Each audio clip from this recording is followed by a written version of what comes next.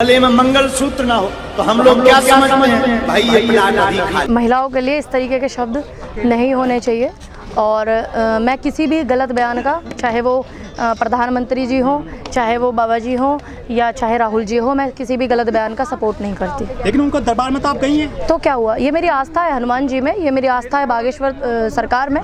तो इसका मतलब ये नहीं है कि मैं गलत बात का, अगर आप किसी के घर में जाते हो और वहाँ गलत बात का। लेकिन मैम आप तो उनके दरबार में गई हैं। हाँ। तो कुछ क्या उनकी भाषा किस तरह देखती हैं आप? देखिए, उनके जो बयान है मैं उसका समर्थन नहीं कर रही हूँ ना। आप किसी के अगर घर में जाते हैं और घर में जाकर के आप उनकी बात का समर्थन करते हैं गलत का, तो वो इंसान गलत है। अब ये मैं कैसे, आप ये कैसे कह सकते हैं कि आप वहाँ क्यों जाती हैं, क्यों नहीं जाती? मेरी आस्था मेरे धर्म में है और ये संविधान भी कहता है कि मैं अपने धर्म को मानती हूँ, मानना चाहिए। लेकिन मैं कभी भी उनकी गलत बात का आज तक समर्थन नहीं किया। हम किसी को सलाह दे सकते हैं, हम किसी को समझा सकते हैं, हम किसी को बोल सकते हैं कि नहीं नहीं आपको ये नहीं बोलना चाहिए और नहीं नहीं आपको ये नहीं करना चाहिए, बोल सकते हैं। अगर आप सही है तो आप सही का समर्थन कीजिए। मैं इतना जानती हूँ कि मैं वहाँ जाती हूँ तो मैं बिल्कुल इस विषय में कह सकती हूँ कि आपने ये बेटियों के लिए बिल्कुल सही नहीं बोला, चाहे उनका कोई भी विचार हो। मन से प्लॉट बोला है, प्रॉपर्टी बोला, किसी की पर्सनल प्रॉपर्टी है क्या? कोई महिला जो जिसका शादी नहीं हुआ है? नहीं, ऐसे कैसे हो जाएगा? क्यों? अगर शादी नहीं होती है या शादी भी अगर हो जाती है तो वो भी किसी की प्रॉपर्टी नहीं है भाई। अगर शादी भी बेटी की हो जाती है तो वो भी अपने पति की प्रॉपर्टी नहीं है, क्योंकि प्रॉपर्टी पे आदमी अपने हिसाब से काम करता है और वो महिला तुम्हारी जीवन साथी, तुम्हारी पार्टनर है, ना कि तुम्हारी प्रॉपर्टी की तुम आप अपनी मर्जी चलाओगे। प्लॉट को बेचा जाता है, कई बार उनकी रजिस्ट्री होती है। मैंने वही जवाब दिया ना आपको।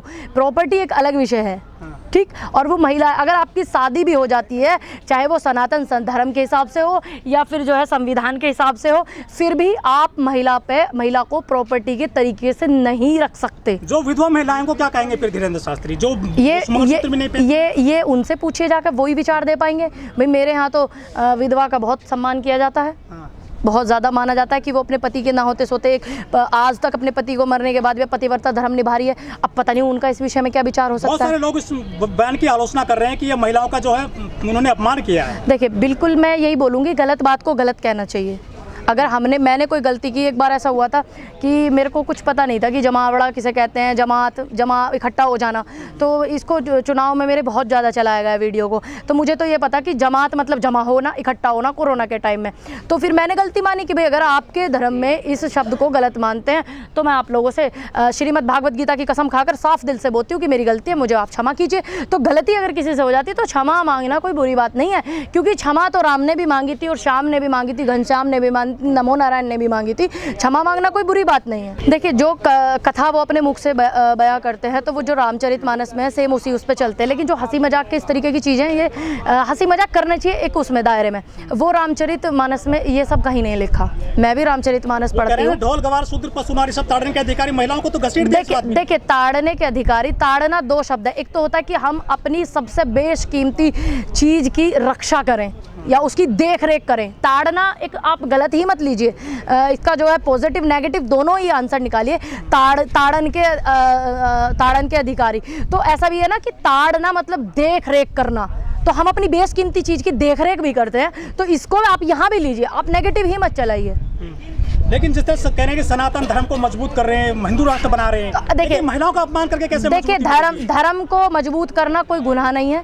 और मैं इतना जानती हूँ कि इस देश में बहुत सारे धर्म रहते हैं, तो सबसे पहले संविधान से पहले लोग अपने धर्म को मानते हैं। ये सिर्फ कहने की लोग बात कर देते हैं। बहुत से जो टीवी पे बड़े बड़े लोग बैठते हैं कि नहीं हम संविधान को मानते हैं, संविधान, ये सबसे पहली बात है कि लोग अपने धर्म को सबसे पहले मानते हैं, संविधान को लोग बाद में मानते हैं, चाहे कोई कितना ही झूठ बोले। क्यों? क्योंकि संविधान बाद में आया और संविधान में साफ लिखा है कि आप किसी भी धर्म को जिसमें आप रहते हो आप उसके प्रचार चर्चा कर सकते हो। तो संविधान के अनुसार भी लोग धर्म को पहले मानते हैं। ये संविधान में कहा गया है कि आप अपने धर्म को मानो, तो इसमें बुराई क्या है? महिलाओं ने ताली बजाई, हंसती रही, किसने विरोध नहीं जताया, ना कोई महिला आयोग ने, ना किसी महिला संगठन ने। जबकि फटी जींस को लेकर कोई बयान देता है पूर्व मुख्यमंत्री तो उसके खिलाफ मुकदमे आंदोलन होते हैं। इस बाबा के खिलाफ कोई क्यों नहीं बोल रहा है? देखिए, बहुत सारी चीज़ें हैं ऐसी, हो सकता है उनको ये सब चीज़ें पसंद आ रही हो, आपको नहीं आ रही हो, मुझे नहीं आ रही हो, इनको नहीं आ रही हो सकता है वो उसमें मगन हो। आप मुझे कैसे कह सकते हैं? बाबा कह रहे हैं नहीं, तो आप क्यों कह रहे हैं मुझे? आप मुझे क्यों कह रहे हैं? मैंने आपको, देखिए मैंने आपको, तो फिर आप उनको मना कीजिए ना कि मत कीजिए, आप follow। उनकी भाषा में क्या सोचती हैं? नहीं, मैं अपने आप, मुझे तो इतना पता है कि मैं बागेश्वर धाम सरकार को मानती हूँ, मैं वहाँ जाती हूँ, मेरे धर्म में मेरी आस्था है और इस हिंदुस्तान के अंदर सिर्फ अकेले बागेश्वर धाम पर ही नहीं जाती, मैं वृंदावन भी जाती हूँ और मैं चेन्नई भी जाती हूँ, मद्रास भी जाती हूँ और मैं हरिद्वार, ऋषिकेश, सब जगह जाती हूँ, क्योंकि धर्म सर्वोपरि ये संविधान में है कि धर्म को आप मान सकते हो, ये संविधान ने आपको आजादी दी है, तो आप इसमें बुराई बताइए क्या? बयान का समर्थन करती हैं? नहीं, मैंने तो नहीं समर्थन किया, मैंने नहीं समर्थन किया, मैं क्यों समर्थन करूंगी? बिल्कुल, अगर उन्होंने महिला के लिए इस तरीके की चीजें बोली तो गलत है। महिला किसी की प्रॉपर्टी नहीं, अगर किसी की शादी भी हो जाती है तो वो भी उसकी प्रॉपर्टी नहीं पति की। ये आपका हास्य वो है, क्यों है, किस विषय में, तो ये बात तो वही बताएंगे ना शास्त्री जी। रामचरितमानस मैंने भी पढ़ी है, मैं पढ़ती हूँ, अभी मेरी पूरी नहीं हुई है, पूरी पढ़ी नहीं है मैंने, आधी पढ़ी हुई है अभी तक, तो उसमें ऐसा कुछ नहीं है। ठीक, उसमें है अपने धर्म का प्रचार करो, ईश्वर का नाम लो, ईश्वर का जाप करो, आपका कर्म प्रधान है, कर्म अच्छे करो, गरीब की मदद करो, और ये सनातन धर्म की ही पुस्तकों में लिखा हुआ है कि आप दान करो, और में नहीं लिखा हुआ महिलाओं को दान करो, कन्या दान करो, नहीं लिखा हुआ है ना। सुनिए, मतलब दान करो, गरीब को दान करो। आप कोई चीज़, खाने की चीज़ है, कोई नहीं खा पाता है ना, रहने के लिए घर है या पैसे से मदद है, दान करना गरीबों के लिए, ये भी सनातन संस्कृति में लिखा है। और एक भाई, ये तुम्हारा भाई है, इसको आप भाई की नज़रों से देखो, ये भी धर्म कहता है। ठीक है, इसीलिए हमारे देश में बहन भाई का रिश्ता कितना पवित्र है, कितना पवित्र है, राखी कितनी पवित्र मानी जाती है, तो और किसी पुस्तक में क्यों नहीं लिखा हुआ?